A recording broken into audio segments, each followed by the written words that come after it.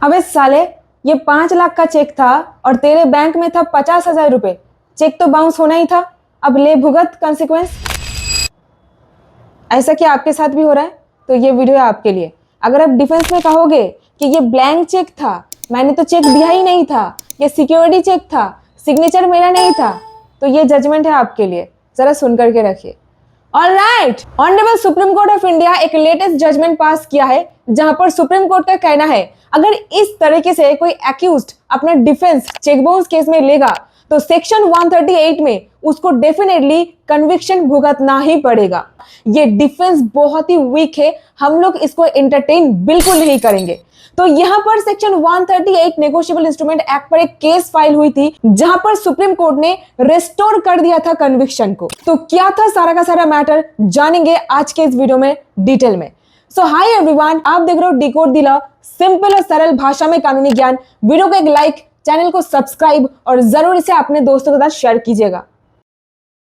ध्यान रखिएगा, ये क्रिमिनल केस है। यहाँ पर 2 साल तक की जेल और डबल द अमाउंट फाइन का प्रावधान दिया गया है। तो केस का नाम है Kunte Gowda versus Tiruvaiya, Supreme Court of India, criminal SLP number 2247 of 2024, date of order 4 अगस्त 2026। एकदम लेटेस्ट जजमेंट है ये, रिपोर्टेबल जजमेंट है। टोटल 43 पेजेस का ऑर्डर है। ऑन रिकॉर्ड जो कही गई है वही मैं आपको बताऊंगी। Chapter 1, facts of the case.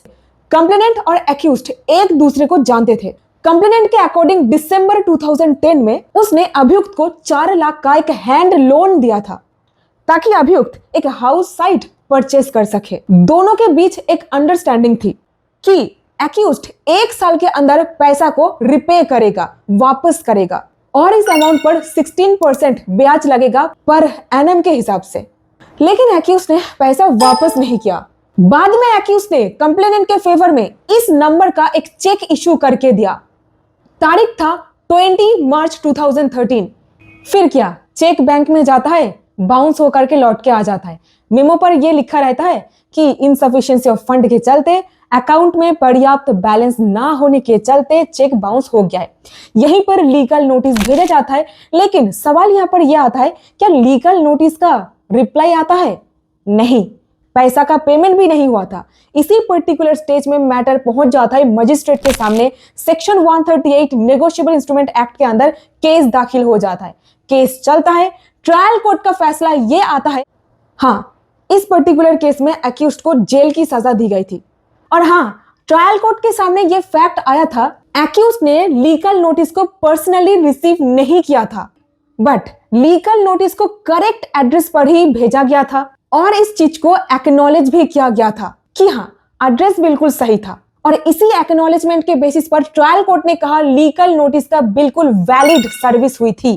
तो यहीं पर अगर आप कहोगे चेक बाउंस केस के लीगल नोटिस के केस में अगर कोई अभियुक्त कहे कि मैंने तो लीगल नोटिस पर्सनली रिसीव नहीं किया था, तो क्या वो ये कहकर बच सकता है? नहीं। यहीं पर चैप्टर 2 असली फाइट चेक की नहीं, प्रिजम्पशन की थी। एक्यूज ने एडमिट किया था कि चेक पर उसने ही सिग्नेचर किया था। जैसे ही चेक का एग्जीक्यूशन एडमिट या प्रूव हुआ, सेक्शन 118 और सेक्शन 139 नेगोशिएबल इंस्ट्रूमेंट एक्ट की स्टैट्यूटरी प्रिजम्पशन एक्टिव हो गई।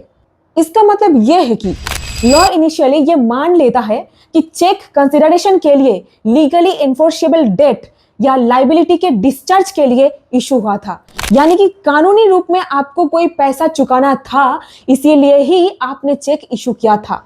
और इसीलिए कंप्लेनेंट को पूरी लोन ट्रांजैक्शन को जीरो से प्रूव करने की कोई जरूरत नहीं थी, जैसे चेक एग्जिस्ट ही नहीं करता। और यहीं पर कहा गया एविडेंशियरी ओनस एक्यूज्ड पर शिफ्ट हो गया।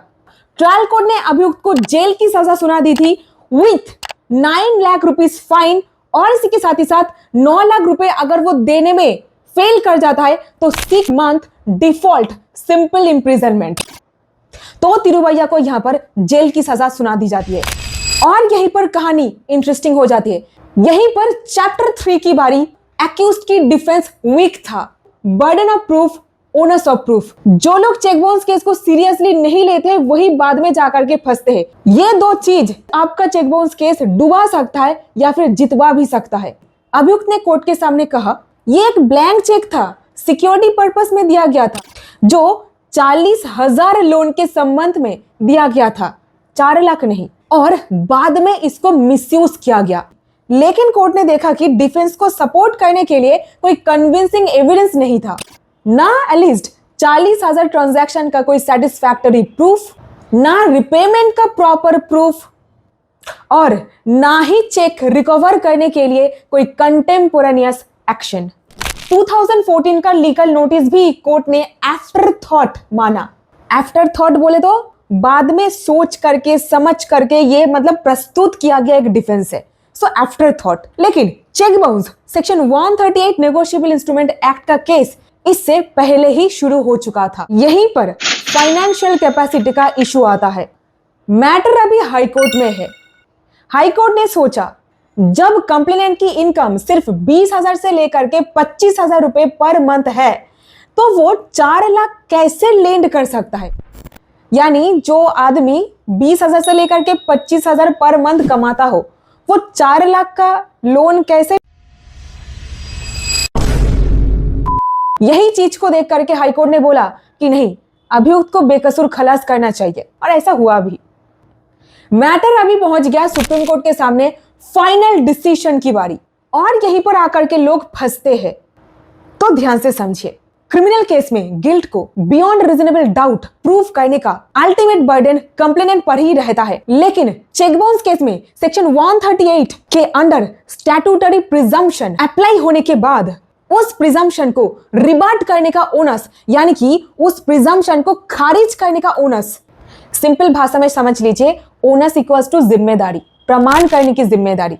आपके द्वारा चेक इशू करी गई थी क्योंकि आपको किसी का पैसा चुकाना था, इस धारणा को खारिज करने का जिम्मेदारी इक्वल्स टू ओनस अभियुक्त पर आ जाती है। यानी कि कंप्लेनेंट को हर बार स्टार्टिंग से डेट प्रूफ करने की जरूरत नहीं होती है, और अगर एक्यूज्ड ये ओनस को डिस्चार्ज कर देता है, तब बर्डन अफेक्टिवली कंप्लेनेंट पार्टी पर वापस आ सकता है। इस केस में एक्यूज्ड ये ओनस डिस्चार्ज नहीं कर सका, और सुप्रीम कोर्ट ने हाई कोर्ट का जो सिद्धांत था उसको खारिज कर दिया, सेट असाइड कर दिया।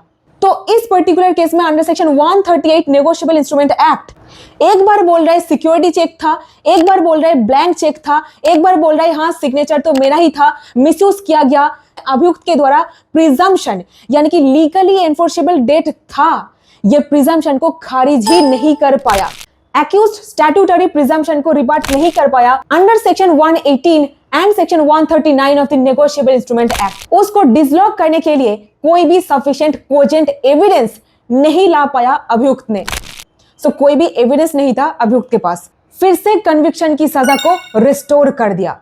सुप्रीम कोर्ट ने कहा इस पर्टिकुलर केस में थ्रेशोल्ड मीट नहीं किया एक्यूज्ड ने। रिवीजन का मतलब एविडेंस या फ्रेश ट्रायल करना नहीं है। हाई कोर्ट सिर्फ इसीलिए पूरी एविडेंस दोबारा अप्रिशिएट करके अपनी फैक्चुअल कंक्लूजन सब्स्टिट्यूट नहीं कर सकता, क्योंकि उसे कोई दूसरा व्यू बेटर लगा। जजमेंट पर इंटरफेयर करने के लिए कुछ ज्यादा सीरियस चाहिए, जैसे perversity, gross illegality, glaring unreasonableness, relevant material का नॉन कंसिडरेशन, या comparable miscarriage of justice. Number 1।